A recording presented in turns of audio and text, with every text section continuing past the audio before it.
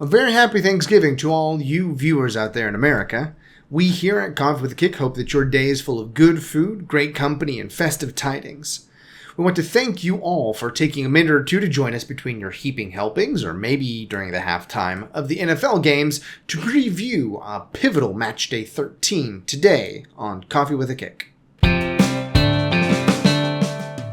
Hello and welcome to a Thanksgiving edition of Coffee with a Kick. Happy Thanksgiving to all of our good American, red-blooded American turkey-eating people out there. Glad to have you. I don't know why I'm coming in with this weird energy, but maybe it's all the turkey I ate earlier. I actually don't like turkey. If I ate turkey, it would be my least favorite part of Thanksgiving. Listen, I think it tastes. What is your favorite part? My favorite part? Yeah. Boy, I don't know. There's a lot of good desserts. My family has a very good pumpkin pie recipe that involves like egg whites. It sort of makes it a lighter pumpkin pie, more rich and filling pumpkin pie rather than the type that can kind of be more gelatinous. We've got this one called Yam-a-Dandy that's really good. It's basically just like corn syrup and sweet potatoes mashed up with brown sugar on top. I like that. We have a very good stuffing recipe. I'm a sucker for good sweet cornbread. There's a lot of stuff that I like about Thanksgiving. Just the turkey. That ain't me, bro. That is an RFK Jr.'s nightmare. Yes, though. Yes, the high fructose corn syrup, both light and dark, which I'm pretty sure is just the same with a little bit of color, caramel coloring added into it, but it's supposedly the same. It's a true like 1950s Betty Crocker, peel it off the back of a can recipe. And listen, it does the trick for me, bro. Yeah, it's there's always good food on Thanksgiving. Always. Stellar contribution. All right, we'll head right into it now. Match day 13. I say we just go ahead and just take a dive right into it, starting off with the first episode tomorrow on Black Friday, as it's known as in the United States.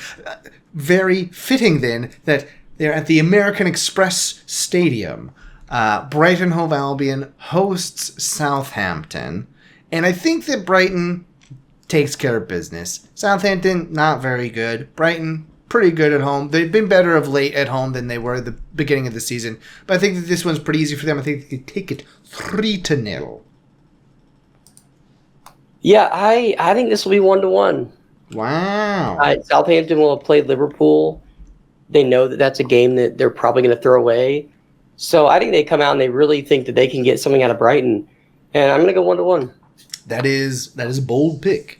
But, you're free to have your own opinions. 1-1 it is. Then we move to Saturday, the weekend in general, at 10 a.m. at the G-Tech Community Stadium in Brentford. Guess what? It's Brentford versus Leicestercity. Brentford, how do you think they fare against them Foxes? I think Brentford are going to take it 1-0. Really? Ooh, yeah, excuse me. I think Leicester, I've been harping on their experience a lot. I think they're going to take a little bit of time to oil back up the machine to after this international break. And they will play last weekend. They'll be here this weekend. The away matches, Leicester just have not played up to par the same way they played at home. I think that continues. And Brentford sneak away with all 3 points. I have it as a same differential, different line. 2-1 for Brentford is how I have it. I have not been as high on Leicester as you have. I do have them getting relegated, so that may have something to do with it. And I think that Brentford takes care of business here. I mean, I don't have them that high up at the table at the end of the season either, but I do think that they're better than Leicester. So then I have them winning. I think that's reason enough. Get off my case. And then we go to Crystal Palace in London, hosting Newcastle United, who are not in London. They're in Newcastle, if you can imagine such a thing. This one is pretty even. It's a little bit of a edge to Newcastle as far as the units are concerned, which I think makes sense. So I do have Newcastle also being the better team, winning. I have them going 4-1 against Crystal Palace. Until Crystal Palace shows me that they can score consistently, I don't trust them to win anything. Maybe get some draws against lesser teams, but Newcastle, like we said in the previous episode, they're still vying in that very tightly wound section of teams up there at the top of the table below 1 and 2. They're still trying to get into European contention for next season. Boy, 4-1, that's a big spread. I think it's 1-1. Wow, you're giving them. Palace have played fairly well defensively at home, and I think they're kind of like Wolves. I think they're going to start getting some draws, finally get those 1 or 2 victories that they need to, spark their season. Yeah, I think it's 1-1. I think we do need Crystal Palace to move up. We both had. I had them at 11, and you had them at what is that, 9 at the end of the season. So 17, really sinking our scores right here. You and Manchester United, get your act together. I just don't think it happens this week. Well, for Newcastle, they will have played midweek in Europe. But I think that's going to kind of play into this match, especially knowing that December is coming up with pretty much a game every 4 days for most teams. Winter is coming, to use a pop culture phrase from several years ago. It will, and I think Newcastle, this will be one of those games where they trip up and they don't get all 3 points. But I think they'll be okay with a draw because they'll be able to play around their lineup, rest some key guys, get them ready for that December push. Yeah, and getting an away point in the Premier League is never totally disappointing unless you're like Manchester United away at Southampton. Then you want to make sure you get all 3. But for Crystal Palace and Newcastle, I think you come out and you're like, okay, that's fine. Move on to the next one. I just have them getting all 3. Nottingham Forest hosts Ipswich Town. This is one of those matches that we've talked about before that we really need Ipswich Town to win because we were high on Ipswich Town coming into this season, and they have not performed up to our expectations. Nottingham Forest, inversion of that. You expect them to get relegated. So you need them to start moving down the table. Do you think that journey for both of them begins not today, on Saturday? Or continues in some instances? I don't know. What do you think? I haven't even made my prediction yet, so I'm interested to hear yours. I'm taking Ipswich Town 3-1. I'm going whole hog. I do prefer ham for Thanksgiving over turkey, as somewhat explained in the beginning. So 3-1 Ipswich Town. It will be a shock result for sure because Ipswich Town, they aren't exactly known for their scoring, but they've shown that they are a decent team. We've talked about this before. There is no Sheffield United this year. Southampton's as close as we come, but even they don't feel as bad as Sheffield United did last year. So, 3-1 Ipswich Town. You convinced me to give Ipswich Town 2 goals. But 2-2. But Nottingham's going to score 3. Oh. I think Nottingham heartbreak at home, as much as I want them to start losing, I just think their momentum is carrying them as far as it will go, and I don't think it stops at Ipswich. Fair. Really, the turnaround of the season for Nottingham was that win versus Liverpool at Anfield. Since then, they've lost a couple, but they've still been rocking even in those losses. I think they keep it going at home 3-2. Yeah, you're probably right.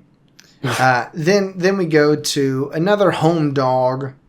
Crystal Palace was the first one. The second one here is my Wolves. My Wolves take on Bournemouth home dogs at the Molineux.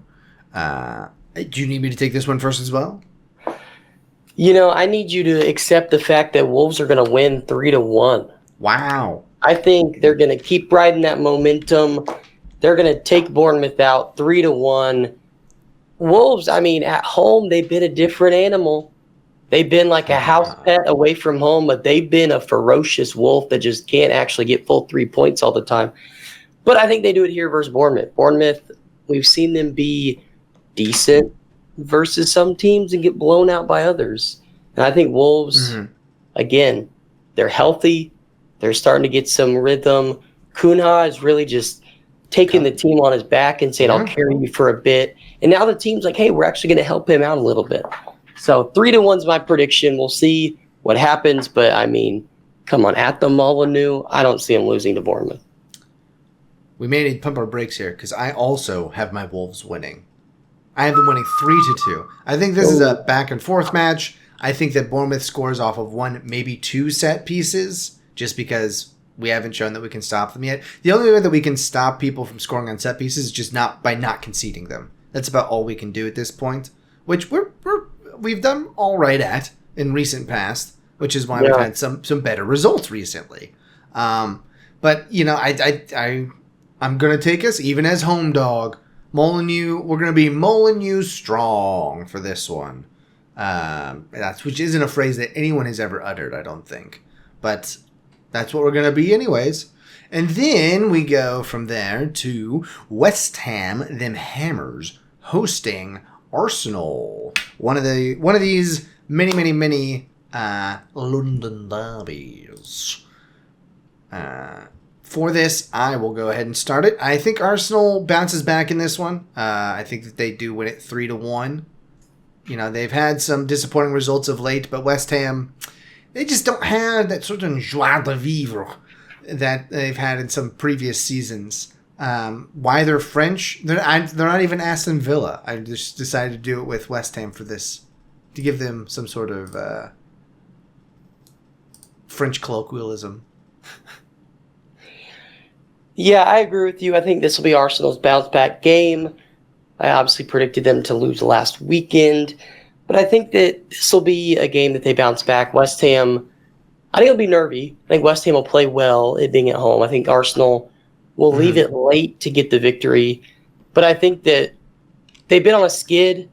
They're a team that their mental fortitude is being tested right now. They know that they don't start getting results now, the title is over. So I think they go to London Stadium and they beat West Ham 2-1. 2-1. 2-1 it is on the board. And then there are two pretty good matches this match day. This is the first of them here. Chelsea hosts Aston Villa. How do you think this one goes? You know, I'm not going to say it again because we say it every time about Chelsea, but you know what we say about Chelsea every time. Just go back and watch any of our other episodes. How do you think that those young boys take care of it? They're not young boys. They're not that bad. Yeah, if you haven't heard what we say about Chelsea, make sure you go back and watch our episodes in full, just in case we say some at the very end. The full thing. Yeah, just full. Don't use the chapters that I put in there so meticulously and go to the Chelsea section and check it out. Just watch the full thing. Just watch the full thing. And leave a comment when you hear what we say about Chelsea every time. And maybe even subscribe if you're not a subscriber. Because we don't want to put too much on their plate. It's Thanksgiving. They already have enough. Boom. Roasted. Chelsea. Like turkey. Boom. Boy, yeah, a lot of...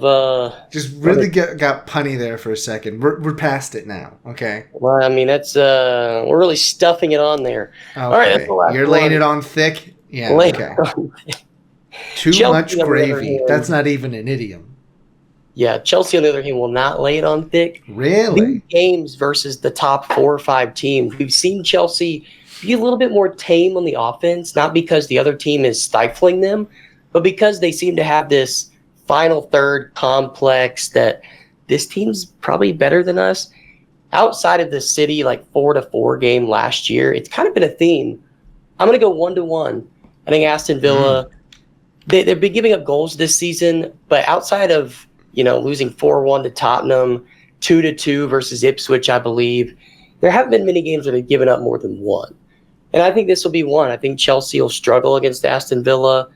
It's at Stamford Bridge, so the atmosphere will be great. But versus these games, Chelsea just haven't been able to get over that hump of the same exact killer instinct they have versus the other teams. I was actually using that Tottenham one as a little bit of a cue in taking Chelsea 4-0. We haven't had, hopefully by the time that this occurs. This hasn't happened yet. But we haven't had a really good Cole Palmer game in a while. And I think that he gets a brace. Like 4 weeks. It's only been a month. Yeah. I think he gets a brace and assists Nicholas Jackson and I don't know, someone else. Who cares? Someone else. And gets up to 4 goals. Madueke. Yes. That'll be Madueke. We'll have it go that way. Yes, and Chelsea will take full honors on Saturday. I think that's the last match on Saturday, right?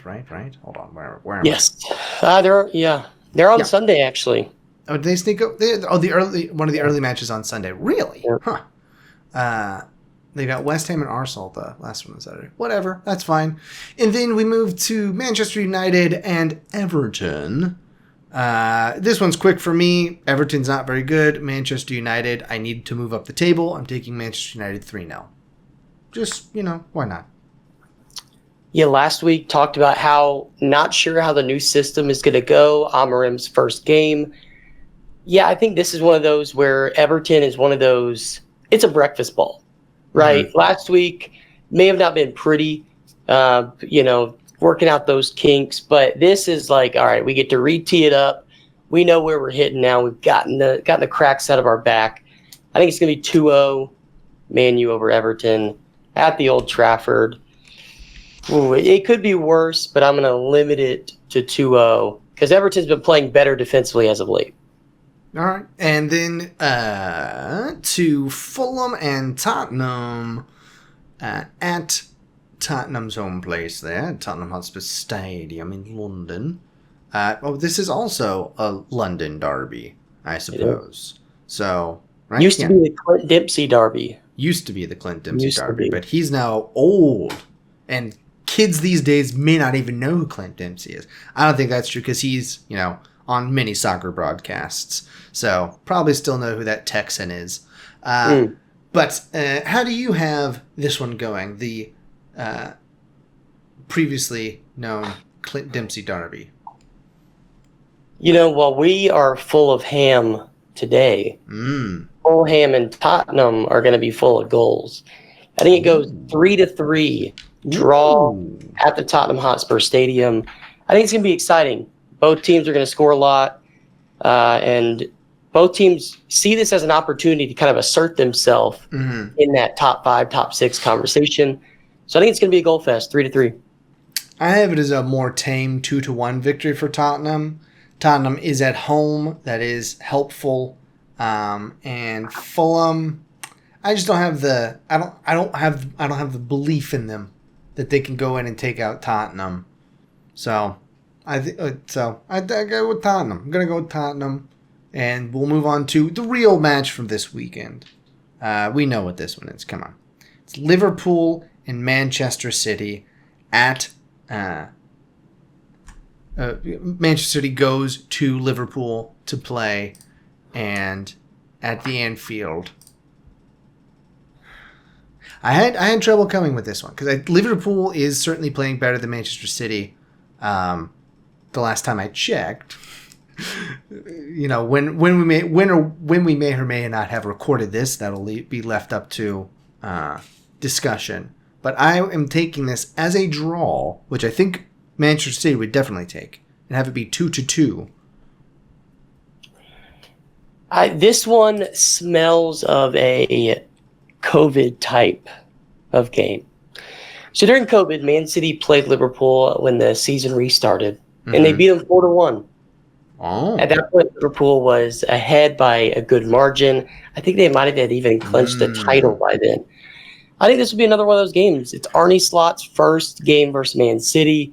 Liverpool and Man City have been going back and forth since 2016. I'm going to go 4-1 Man City. Wow, confident. It really is going to be what the manager's approach is. Because I think Slot, historically in big games, he's been one to kind of push the offense a little bit more intently. And if you push the offense too much and you press too much versus City, once they break that, it's not good for you. I think that's how this one's going to go. I'm going to go 4-1. Do I truly believe it's going to go that way? Absolutely not. But I'm here for the fun of it. So 4-1.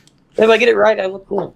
Hey, and you know what? That will certainly help the table standings. And you'll have scored almost as many goals as Liverpool's given up this season in total. So that'd be impressive. That would be impressive. But that brings us to the end of match day 13. And like we said in the previous episodes, we will have a massive Thanksgiving recap episode that comes out next week. So tune into that, obviously. Go ahead and subscribe on the Substack. What is it? Coffee with a Kick at .substack.com. Link is in the description, obviously. Anything else you want to say before we go? You know, man, I'm thankful for you. Oh. And That's I'm all I thankful got. for you. That's how this is supposed to go, right? Thankful We're for giving thanks on Thanksgiving. giving thanks on Thanksgiving. Okay. Well, thank you for listening. And until we get back with our Thanksgiving recap, our Thanksgiving smorgasbord next week, why don't you go ahead and grab your coffee, watch some soccer, and we'll see you on the other side.